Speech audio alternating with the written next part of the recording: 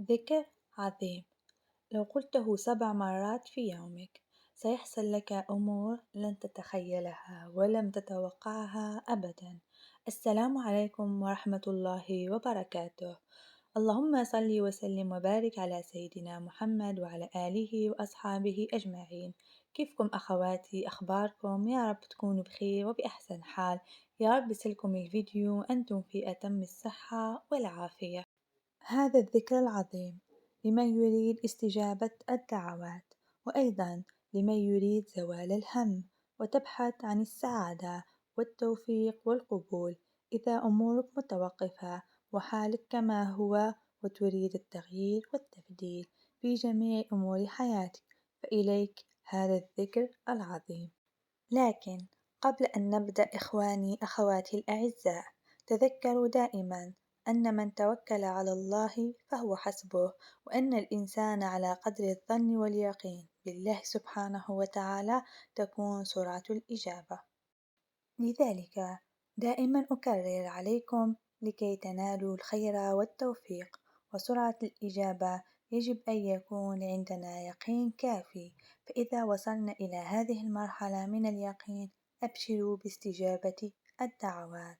مع هذا الذكر أيضا ستكون النتيجة سريعة، لكن باليقين أعظم وأكبر وأسرع في لمح البصر.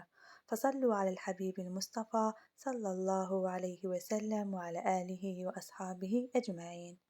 فأقول لكم أحبتي، جهزوا أمنياتكم وجهزوا دعواتكم واجلسوا بين يدي الله سبحانه وتعالى في الصلاة، في السجود أو بعد الانتهاء من الصلاة بعد السلام، ونردد هذه الأدعية التي نريد أن تتحقق دعاء أو 2 و3، ولا تستكتر على نفسك الإجابة.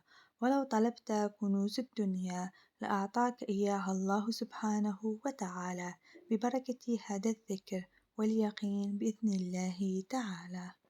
فنصلي ركعتين بنية قضاء الحاجة وتمام الأمر، نتوضأ ونصلي، وبعد التسليم كما قلت لكم أو في السجود، يجوز في السجود فهو أقرب إلى الله، أو بعد السلام نتوجه إلى الله سبحانه وتعالى ونقول: حسبي الله الذي لا إله إلا هو عليه توكلت وهو رب العرش العظيم.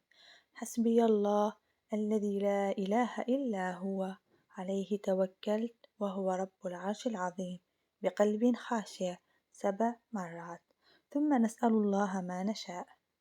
تريد الرزق، تريد الذرية، تريد التيسير، التوفيق، القبول، الغنى، تريد امتلاك سيارة، تريد وظيفة معينة، توجه إلى الله في الصلاة أو بعد الصلاة وردد هذا الذكر.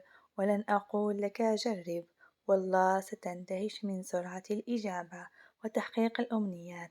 راح تكون النتيجة بإذن الله تعالى في نفس اليوم. لو كان يقينكم بالله عالي أبشروا في نفس اليوم بحصولكم على الأهداف والأمنيات. فأتمنى منكم حبايبي زيادة اليقين في الله، وتعلموا كيفية زيادة اليقين بقراءة القرآن. أكثر شيء يزيد اليقين في قلب رجل أو امرأة القرآن الكريم، الإكثار من قراءة القرآن الكريم، ليست سورة معينة بل كل السور.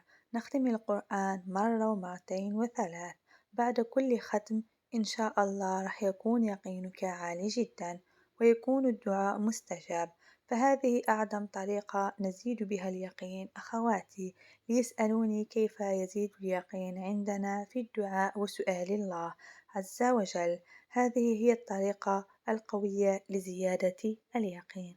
فتوجهوا لله بهذا الذكر العظيم: حسبي الله الذي لا إله إلا هو عليه توكلت وهو رب العرش العظيم. وأنتظر منكم البشائر، فمن توكل على الله فهو حسبه في تحقيق الأمنيات واستجابة الدعوات لكم إن شاء الله.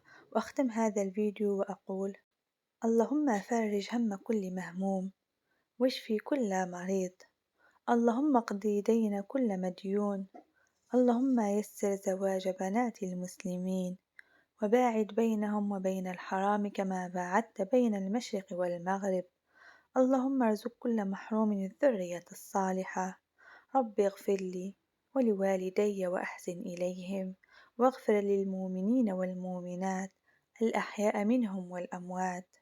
دمتم بحفظ الله ورعايته، واستودعكم الله الذي لا تضيع ودائعه. والسلام عليكم ورحمة الله وبركاته.